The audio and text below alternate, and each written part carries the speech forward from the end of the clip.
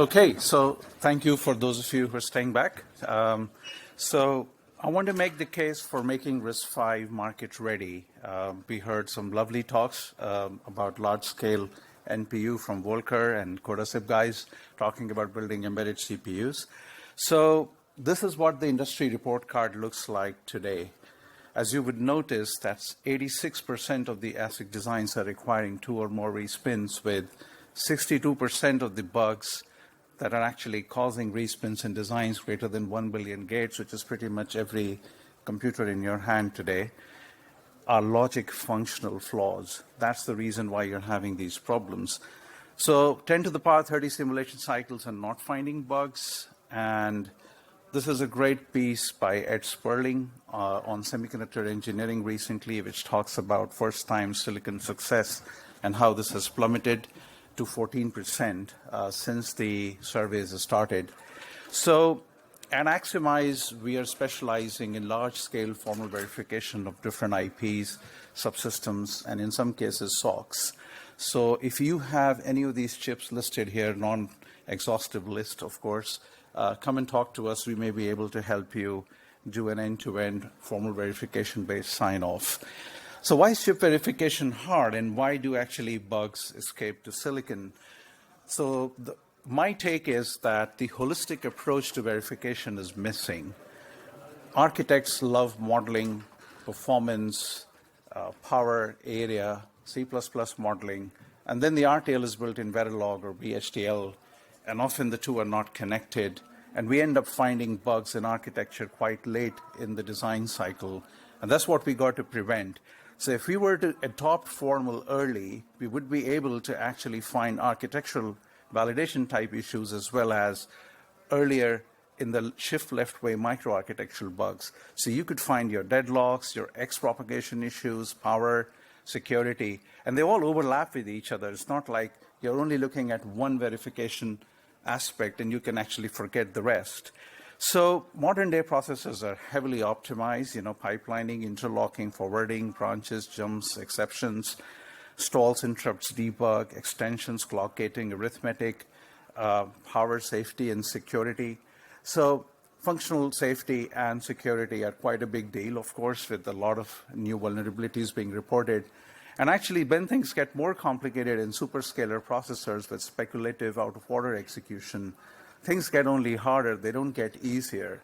So your simulation cycles can't always go and actually find all of these corner case scenarios. So what we've done here in the context of RISC-V is built a solution which is called Formaliza, which can take your in-order and out-of-order cores, and we can actually find your bugs pretty quickly after we integrate the core in the app. We can also provide exhaustive proofs. We've also built an intelligent debugger called iRadar, and also have coverage dashboards and reporting solutions. So there's no test case to write. There is no manual checker to write, no verification code to be written. And the best part of it is that you get exhaustive proofs. So what goes in our app is your RISC-V core, your setup file, and a coverage spec.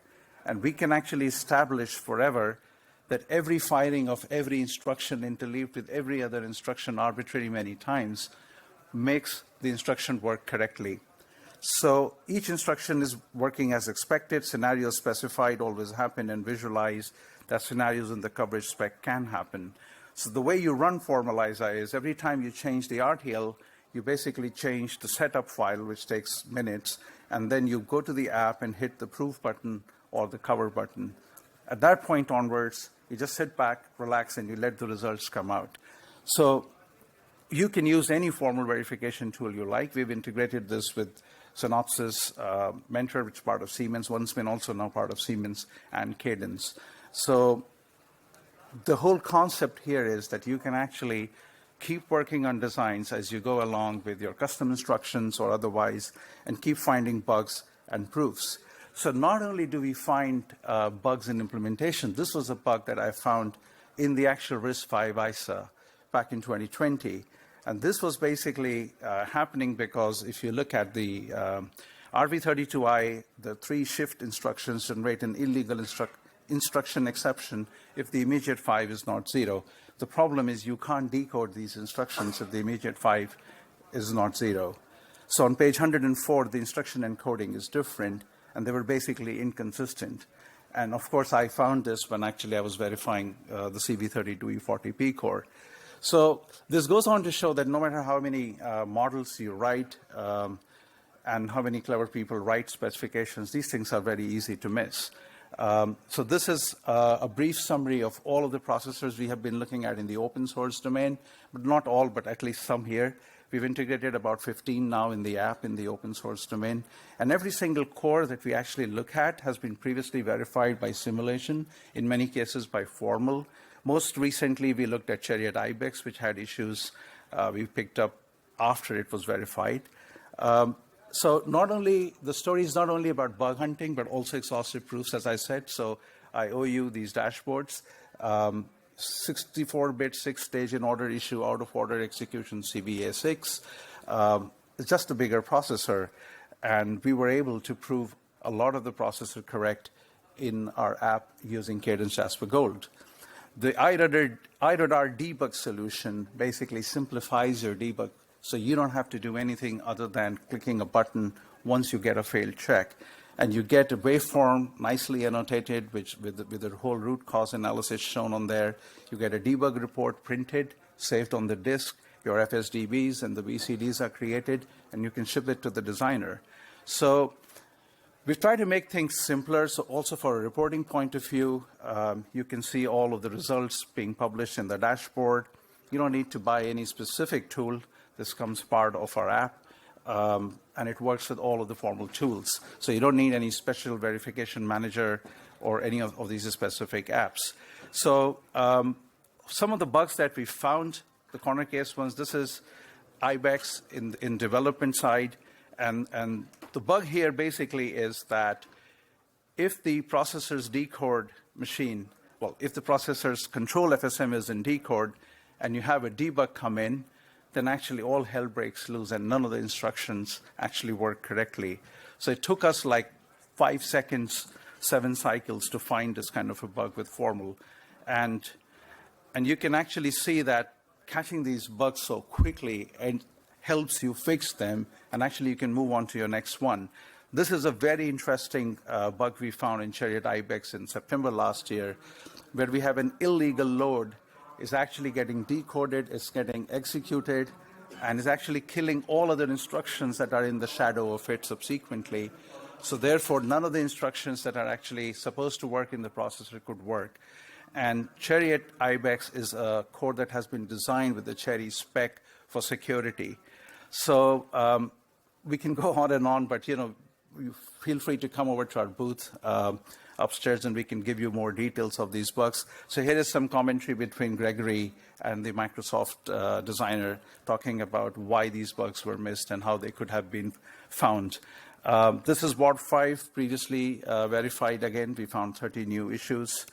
And this is a really juicy bug on a whole memory subsystem with the MMU, with a processor, and a whole cache subsystem in there. So what's going on here is that you have a load that actually goes to the memory, and it actually goes all the way to the memory. The memory returns the data, of course. Some cycles later, you have a store also to the same address location. So it gets committed to the memory. What then happens is that the responses of the load and the store get back. And then you have another load come in. Now, what had happened was that the store that was issued earlier was a bypass store. And actually, it was meant to invalidate the cache line, except that it didn't. As a result, when you had another load to the same address as the previous store and the previous load, it ends up picking up stale data from the cache line. Finding these bugs in fully built silicon when the silicon is in field running software is a nightmare. We have, of course, first-hand experiences of working with some of the customers to help them root cause these post-silicon issues. And it's really not nice. It burns up months and months of simulation, and it's pretty hard. But I'll tell you, the most cool thing we've built is in February this year, which is called Footprint, which is an area analysis solution, which basically takes a design. All you need to give me is your design, and we can come back and tell you precisely how much area is redundant, meaning not used or partially used, but burning power. So it will be clocking it will be consuming dynamic power, but would be doing nothing. And we have tested about 85 different designs so far, including some very big ones. So if you look at the Chipyard Tiny Rocket one, it's called 29 million flip-flops, gate count. And you can see almost everything we look at now, even the smallest one on Chariot Ibex on one end.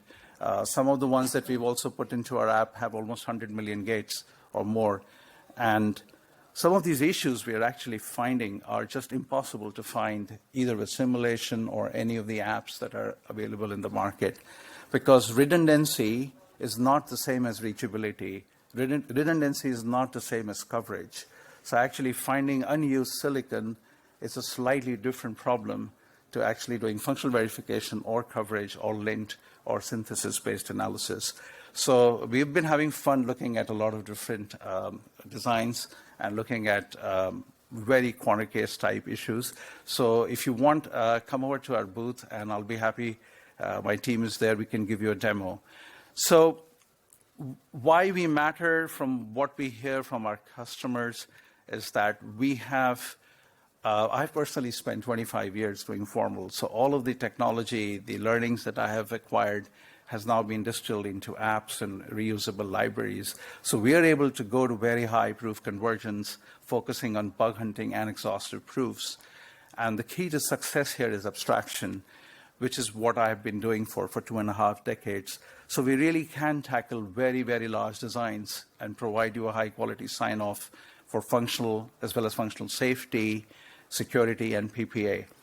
So we do find bugs that no one else can. I was able to actually show you some of the evidence today on the back of the RISC-V. And of course, we take a lot of pride in hitting proof convergence, which has been a lifelong passion. So the cost of failure is expensive. I just want to make sure I highlight this again. So some of our customers are building very large silicon. They actually do end up making the whole chip. And we are trying to get them to get an A0 silicon out in the field, which requires no respin. But if you do end up having to need a respin, it can cost you $25 million as per the data available from Perforce. So not only is it the cost of making a new mask and tape out in this, it's also the cost of losing market opportunities. So if you can look at this, what causes respins is the problems often stem from specifications either incomplete or changing that don't get communicated to the design teams. The root of these problems is a lack of traceability, managing the process of moving from design specifications through design to verification and validation, and all changes along the way. We, of course, see this all the time, and I'm sure you guys have an idea of the same challenges. So formal is perceived to be a very hard technology, but it isn't. And we are now at a point where we can actually deploy it to a vast variety of designs. So I want to conclude to say that bugs caught late in the design cycle can result in very costly fixes and almost catastrophic failures. If you cannot take your chip to the market and if you're losing customers, that's already quite bad. So it really is hurting the economics. Formal does enable efficient bug hunting. It's a natural ally for shift-left paradigm. And the exhaustiveness is necessary, if not for the whole verification, at least for some of the cases where we have to prove that there is no bug. We can't take chances with deadlocks and live locks and other such issues. As we all remember from the Intel's experience in FDIV back in mid-90s, similar stories have emerged in the media in the last 2 decades. So what I'm saying is not for insurance sake, but also for economic sake, right? So 10 to the power 30 is a concocted number. I'm pretty sure some companies are running a lot more simulation cycles than 10 to the power 30. And you don't often need it if you can find a bug in 7 cycles. So the mantra for success is everybody should start tasting some bit of formal. Architects can use it for validation. Designers can use it for verification. And the verification engineers can actually use it for the full end-to-end sign-off. And we can actually take the same test bench that we will in formal to the simulation environments. So actually the whole concept is of reuse. You don't have to throw things away. So just want to conclude that that you need this for economics more than safety. Thank you very much for your time.